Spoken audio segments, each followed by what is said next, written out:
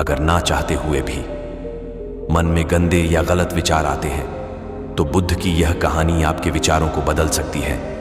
कहानी में आगे बढ़ने से पहले यदि आप इस वीडियो पर नए आए हैं तो आप इस चैनल को सब्सक्राइब जरूर कर लें और लाइक शेयर करना ना भूलें। एक बार चंद्रवंशी राजकुमार भरत बुद्ध के सानिध्य भिक्षु के रूप में दीक्षित हुए। बुद्ध अपने भिक्षुओं को उपदेश देने के साथ साथ उनको भिक्षाटन के लिए भेजते थे जहां से उनको भिक्षा मिलती। भरत को महात्मा बुद्ध ने भिक्षा लेने के लिए एक श्राविका के घर पर भेजा। भरत रास्ते में चलते हुए सोच रहे थे कि ना जाने आज खाने में क्या मिलेगा। हमेशा महल में खाने के लिए अनगिनत स्वादिष्ट भोजन मिलते थे, लेकिन आज जो भी मिलेगा उसी से काम चलाना पड़ेगा। भरत ने श्राविका के घर पर जाकर भिक्षा के लिए याचना की। श्राविका ने भरत को बैठने के लिए कहा। श्राविका जब अंदर गई थी तो भरत पूर्ण अपने प्रिय भोजन के बारे में सोच रहे थे।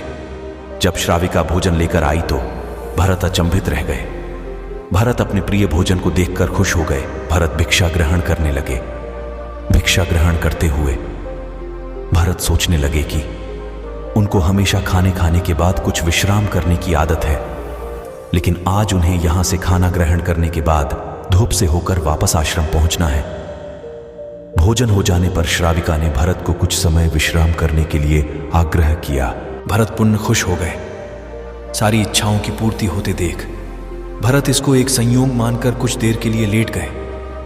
लेटते हुए भरत सोचने लगे कि आज तो सोने को मिल गया, लेकिन मेरे सर पर हमेशा के लिए छत का साया तो मिट गया है। जब भरत सोकर पुण्य उठे तो श्राविका ने कहा कि आपको जब तक यहां पर रहना है आप यहां पर ठहर सकते हैं। अब भरत समझ गए कि ये कोई संयोग नहीं है, श्राविका जरूर मेरा मन पढ़ रही है।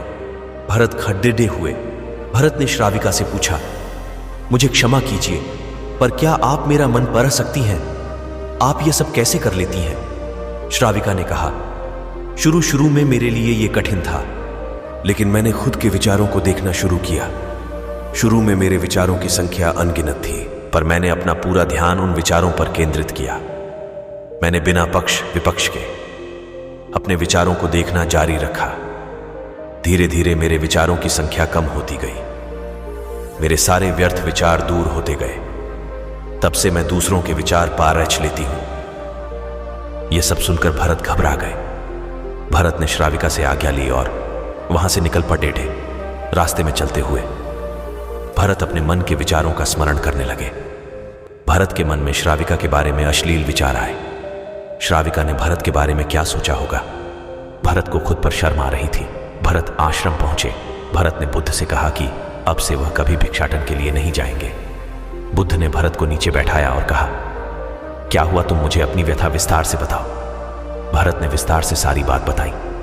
भरत की बातों को सुनकर बुद्ध ने कहा कि आज से 7 दिनों के लिए श्राविका के घर पर भिक्षा के लिए तुम ही जाओगे, लेकिन तुमको कुछ बातों का ध्यान रखना पड़ेगा।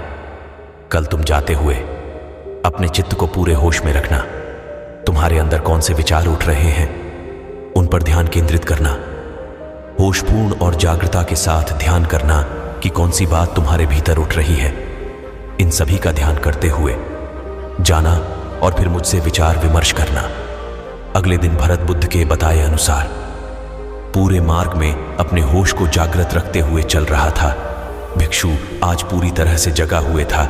जैसे जैसे श्राविका का घर नजदीक आ रहा था, भरत की घबराहट बढ़ रही थी। भरत ने अपनी घबराहट को एक तरफ करते हुए बुद्ध के विचारों पर ध्यान केंद्रित किया। जब भरत श्राविका के घर पर पहुंचा तो उसके दिमाग में केवल एक सन्नाटा था, जिसके भीतर कोई बात नहीं, कोई कामना नहीं, ना कुछ अच्छा पाने की इच्छा थी। भिक्षु भरत ने भिक्षा ली, ग्रहण की ओर वहां से वापस निकल गया। आज भरत रास्ते में नाचते हुए आया। आज उसको जिस आनंद की अनुभूति हुई वह अद्भुत थी। आज से पहले इस आनंद को उसने कभी महसूस नहीं किया। भरत ने आश्रम जाकर बुद्ध को प्रणाम किया।